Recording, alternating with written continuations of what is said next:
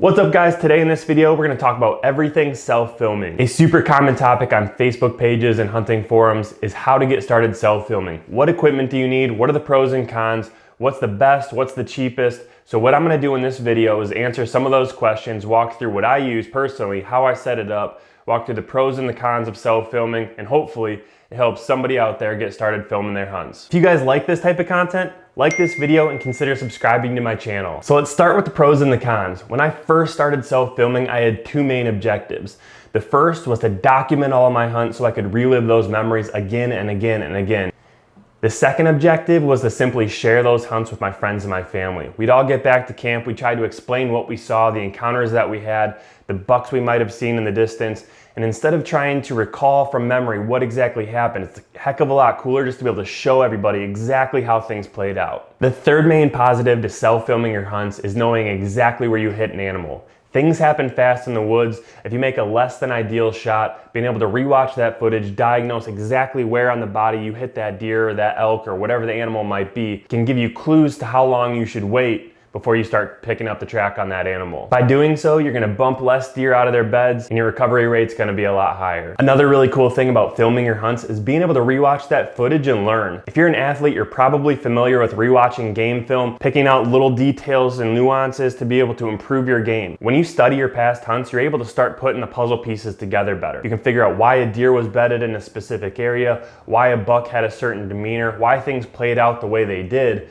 so that way you can use that information to build off of going into future hunts. The last main positive of filming your hunts is because you can make money. A lot of people want their own hunting show, hunt full time, pursue their passions and get paid for it. And as I'm discovering on an extremely small scale at this point, if you work hard, you're consistent, and you put out quality content, it can happen. Now, while all of that sounds great, let's talk about some of the negatives. The biggest con, in my opinion, is that it's just more stuff to carry in the woods with you. If you're a mobile hunter like I am, you're carrying your climbing method, your stand or your saddle, any extra layers you might have, water, food, and now you're adding on additional camera weight. Not only that, but it takes you longer to set up and tear down every single time you go in and out of the woods. For me personally, the benefits of dealing with this inconvenience drastically outweighs any downside. With that said, it does make it more difficult to execute in the moment of truth. Instead of just having to range the deer, draw back and shoot, now you have to make sure the deer stays in the frame, you're moving the camera around, then if the deer moves, you gotta re-range,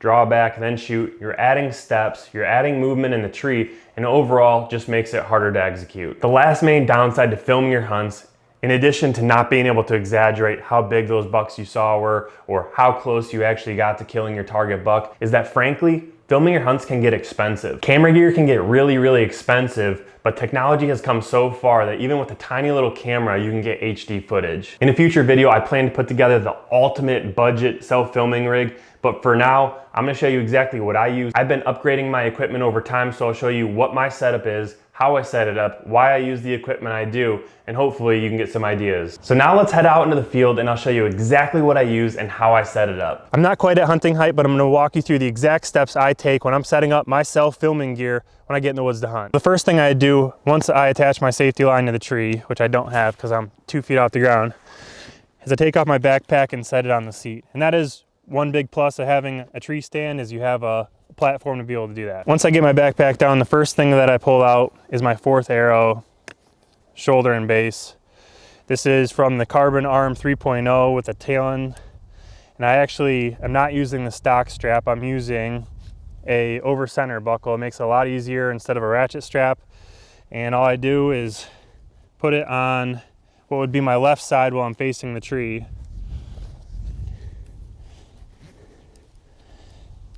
Clips on, pull it tight, and you want it right about waist height, and then flip the buckle, and then I'm good to go. And I'll tuck the excess down here so it's not blowing around. So after the base is on, the next thing I'm gonna do, and I'll flip this around so you can see, is unclip my camera arm. This is the 3.0, the Carbon Arm 3.0, and it drops right down into the base, and I get that leveled the best I can before I put the camera on, so it's mostly level by the time the camera goes on, and then I could just push that out of the way. The order I set everything up is just the reverse order of how everything is packed. So the next thing that has to come out is this outfitter arm by Realtree. I think it's actually made for trail cameras, I'm not sure, but I use it for my second angle camera. Only on private land. If I'm running public land, I actually use something different. I just screw this onto the tree if it's private.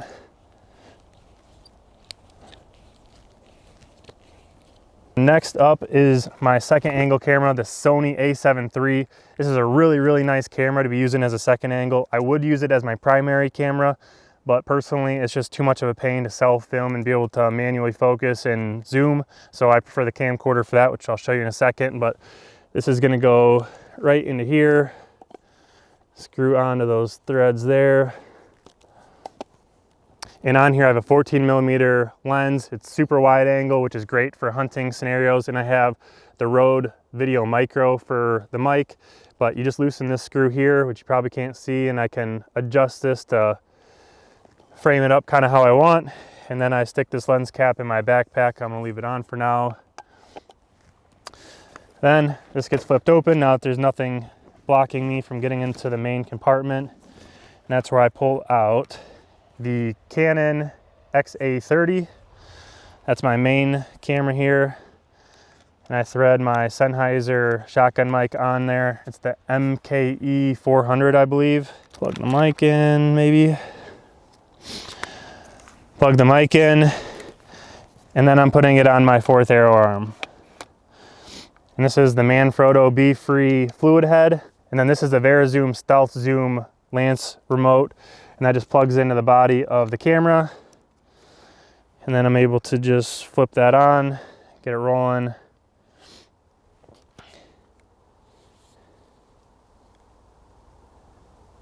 And start recording you. So then I get that, push it out of the way. And the next thing I do is put up my gear hooks. And whether I'm hunting public or private, I try not to screw too many things into the tree. I do like this camera arm for my second angle, so if I'm on private, I will use that. Otherwise, I'll use my Joby Gorilla Pod and either wrap it around the branch. It has pretty good hold, but I like these HME gear hangers. So I wrap this around, hopefully you can see this.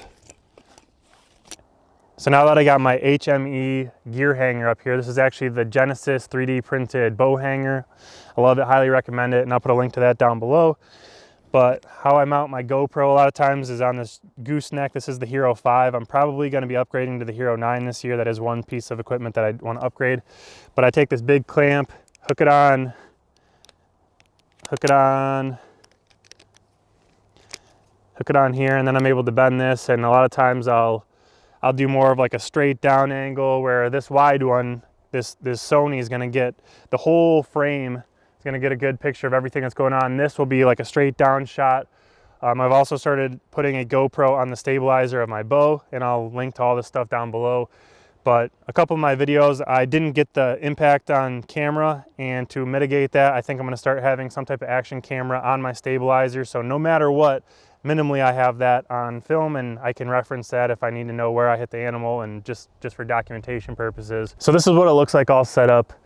As you can see, this main camera is at the perfect height where I can film sitting down. If there are deer coming in towards me, I stand up regardless if it's a buck or a doe. I just like to be ready. Flip this seat out of the way, that way I can stand against the tree, but I'll flip these two cameras on really carefully and grab my bow if needed, and then I can stand right against the tree. I can film everything, and these camera arms are really nice. It's like a tripod in the tree. I get really steady footage. And the reason why I use this camcorder instead of the Sony a7 III as my primary camera is I can do everything one-handed. I can turn the camera on, turn the camera off, I can zoom, I can focus, all with just a push of a thumb. So if I'm holding a bow, if there's deer in close, I don't have to be racking focus like this or doing a lot of stuff or using two hands. I can hold my bow, I can operate the camera with one hand. And that just seems to work better for me right now. Eventually that might change as I step up my production quality. But for now, I'm sticking with this. And all of this gear here, I'll drop the links to in the description if you want to check it out. That's going to do it for this video. If you have specific questions about self-filming, what equipment I recommend, or if you have a certain budget that you're trying to stay under, drop all those questions in the comments below. I'll be sure to respond, but hopefully this helps somebody get started self-filming. Thank you guys for watching. Like this video, subscribe to my channel if you're not already, and I will see you guys next week.